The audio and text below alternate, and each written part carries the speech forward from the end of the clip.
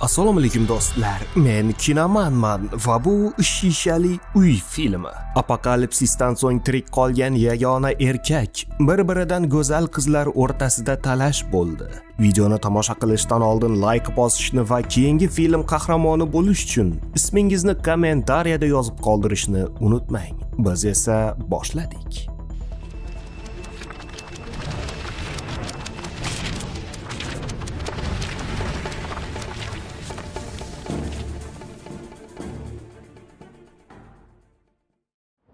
Havoda odamlarning xotirasini o'chiradigan virus tarqaldi.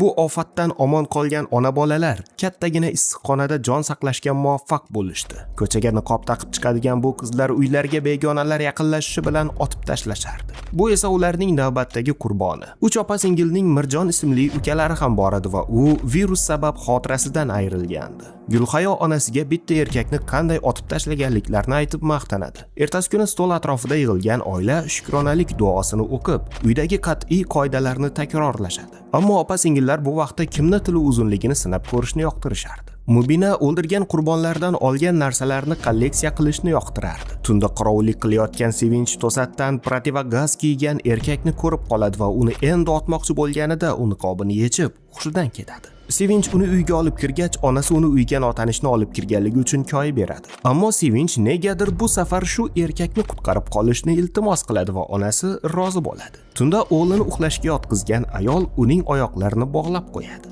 Ertalab uyg'ongan yigitcha tagini xollab qo'yganligini ko'rib sarosimaga tusha boshlaydi. Uning shovqinidan kravatga bog'langan notanish ham uyg'onib ketadi. Biroq o'zini yana uxlaganga sovoladi. Qizlar uning choyshabini yig'ishtirishgach, mehribon Mubina ukasining xartumini yuvib qo'yadi. Birozdan so'ng notanish bilan yolg'iz qolgan Sevinch uning soqolini olmoqchi bo'lganida, u to'satdan ko'zlarini ochib undan suv berishini so'raydi. Barcha uyga qaytgach, notanishdan ismi kim ekanligini so'rashadi, biroq u buni esla olmasdi. U virus tashqaridagi barchani halok qilganligini, unga kimdir tashlanganligini, biroq Sevinch uni qutqarib qolganligini aytadi. Ayol esa unga agar bu yerda qolishni istasa, ishlashi lozimligini tushuntiradi. Ertasi kuni notanishga kitob keltirgan Gulhayo undagi hayvonlarni ko'rgan-ko'rmaganligini so'raydi. Onasi esa barcha hayvonlar halok bo'lganliklarini aytadi. Sevinch nimagadir namyoq qilib erkakka meva-chevalardan keltiradi va u ham uning qo'lini qaytarmaydi. Bundan so'ng unga singligi o'qib bergan kitoblari haqida so'zlab beradi. Mubinaga esa Sevinchning notanishga suykalishni boshlaganligi yoqmay boshlaydi. Biroq Sevinchga buning farqi yo'q edi.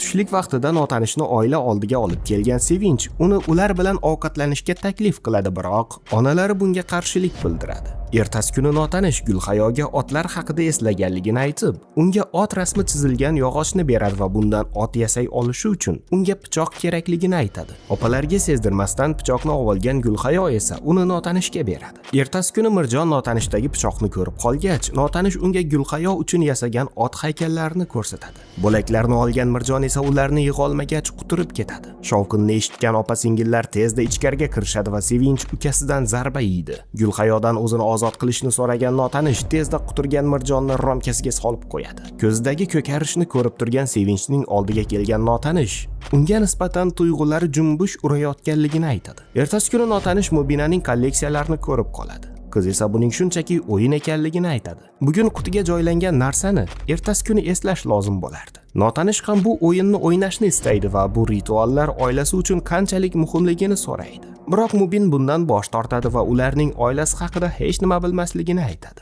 Biroz o'tgach Gulhayo Mubin qutisini ulardan ham yashirishini, bu o'yinni g'oyib bo'lgan akalari va Sevinch ham o'ynashni yoqtirganligini va qutidan doim qulupnay chiqqanligini aytadi. Sevinch esa qulupnayning jinnisi edi.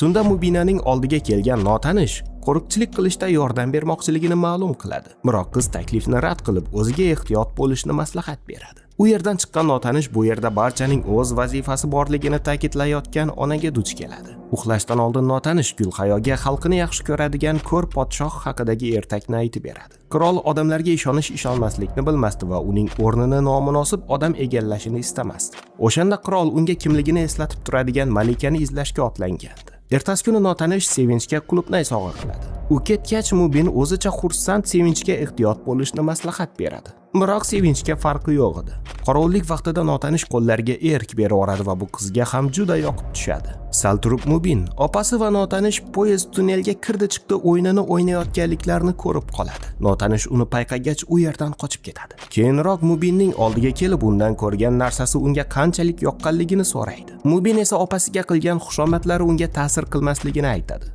U esa bunga javoban unga nisbatan hozircha hissiyotlari uyg'onmaganligini, biroq bu vaqt masalasi ekanligini aytadi. Sevinch notanishni rituallarni birga o'tkazish uchun chaqirganida Mubin uning begona ekanligini aytib unga qarshi bo'ladi. Biroq notanish o'zini g'oyib bo'lgan akalari ekanligini aytib uyga qaytganligini ta'kidlaydi. Mubin uni yolg'onchilikda ayblarkan, Sevinch uni boshqalarning baxtiga hasad qilayotganlikda ayblaydi. Onasi esa uning shunchaki oilani himoya qilmoqchi bo'layotganligini aytadi. Sevinch Mirjonning Mubin sabab shu ahvolga tushganligini aytib qoladi. U Mirjonga qarab turish o'rniga u va akasining ishini poylab turgan edi. O'sha payt ko'chaga chiqib ketgan Mirjon esa virus qurboniga aylangandi. Xafa bo'lgan Mubin xonadan chiqqach, onasi Sevinchni qo'polligi uchun urishib beradi. Tunda opoq-chapoqlar Mirjonga ham tupurib qo'yib, ustida sakrashmachoq o'ynashadi. Ertasi kuni kir yuvayotgan Mubin opasining ich kiyimida qon yo'qligini ko'rib, uning homilador bo'lib qolganligini tushunadi. Gap mehmonlar haqida ketyapti. Buni qizlar tushunadi.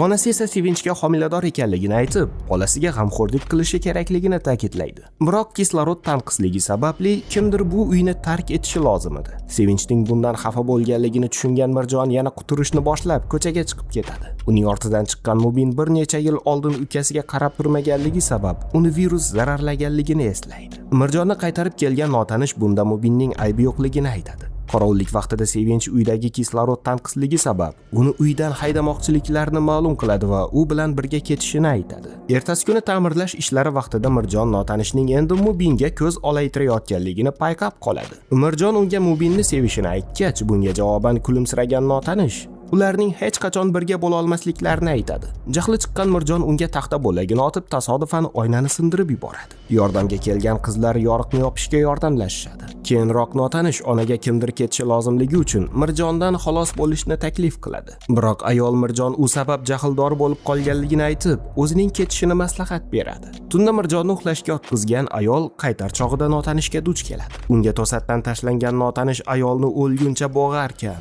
o'limidan oldin oilasiga o'zi g'amxo'rlik qilishga so'z beradi. U o'lgach esa jasadni Mirjonning oldiga qo'yadi. Uyg'onib ketgan yigit o'lib yotgan onasini ko'radi. Notanish uni qotillikda ayblagach, u qahr bilan unga tashlanadi. Shovqinga kelgan qizlar ko'rgan narsalardan yig'zig'i qilisharkan, Sevinch ukasi yomon tush ko'rganligi uchun onalarni o'ldirib qo'ygan degan fikrga keladi. Qizlar onalarni yuvisharkan Mirjonni kravatga bog'lagan notanish buning yaxshilikka ekanligini aytadi. Bundan so'ng oynani ochgan notanish uning yaqinlari kim ekanliklarini unutib qo'yganliklarini, u ham qolganlar kabi barchasini unutishni istaganligini, biroq virus nimagadir unga ta'sir qilmaganligini aytadi. Onalarni ko'mishga tayyorlashgach, Mubin singlini ovutib olib ketadi. Bu vaqtda Mubinning qutisini titigan Sevinch unda o'tirib qolgan batareykalarni topgach, qorovulliklardan birini eslaydi. O'sha tunda u notanish odamni ko'rgach, fonarik yordamida shartli signal beradi va javob kelmagach, notanishni otib tashlaydi. Biroq jasadni tekshirarkan, o'tirib qolgan batareyka sabab signal bera olmagan o'sha g'oyib bo'lgan akalarni o'ldirib qo'yganligini tushunadi. O'shanda qilgan ishidan dahshatga tushgan qiz virus uning bu xotirasini yo'q qilishiga umid qilib, niqobni yechgandi.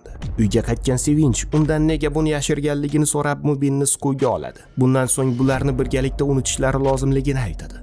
Biroq Mubin buni istamasdi. Sevinch uni tashqariga chiqarishga uringanida notanish uni to'xtatib qoladi. Ular bir-birlariga muloyim qarab turganliklarini ko'rgan Sevinch tashqariga chiqib ketadi. Gulhayo Mirjonga nimadir bo'lganligini aytgach, uning oldiga kelishadi va shu damda virusdan zararlangan Sevinch ham qaytib keladi va unga hech narsa bo'lmaganligini aytib, Gulhayoni o'zi bilan olib ketadi. Virus yaqinlarining ongini zararlayotganligini ko'rgan Mubin umidsizlikka tushadi. O'shanda notanish u bilan birga hammasini eslashini aytadi. Mubin esa sodir bo'lgan hodisa haqida hech kimga aytmaslikka qaror qiladi va notanishga qilgan qilmishlari bilan yashashiga to'g'ri kelishini aytadi. Bundan so'ng esa bu qiz ham junli sabziga yo'q deya olmaydi. Gulhayoga niqob taqmaslikni aytgan Sevinch, Mubin ularga barchasini eslatishini aytadi. Onalarni dafn qilisharkan, rollarni bo'lishib olishadi. Notanish va Mubin qirol va qirolichalar. Sevinch Mubinning singlisi, Gulhayo uning qizi, Mirjon esa barchaning ukasi bo'ladi. Ular birgalikda yangi oiladay yashay boshlashadi. Homilador bo'lgan Sevinch esa bolasi ham notanishga o'xshab virusga qarshi tura oladigan bo'lishiga umid qilgan holda niqob taqmaslikka qaror qiladi. Navbatdagi qorolligi vaqtida notanish protivagaz kiygan begonani ko'rib qoladi va uni o'ldirish o'rniga Mirjonni o'ldiradi va film tugaydi. Bu filmni ko'rganimdan so'ng bunday virusli havodan men ham bir miriqib nafas olgim keldi. Hech bo'lmasa shu filmni unutgan bo'lardim. Do'stlar, tomosha qilganingiz uchun rahmat. Video yoqqan bo'lsa like bosishni va kanalga obuna bo'lishni unutmang. Keyingi sahnalarda uchrashguncha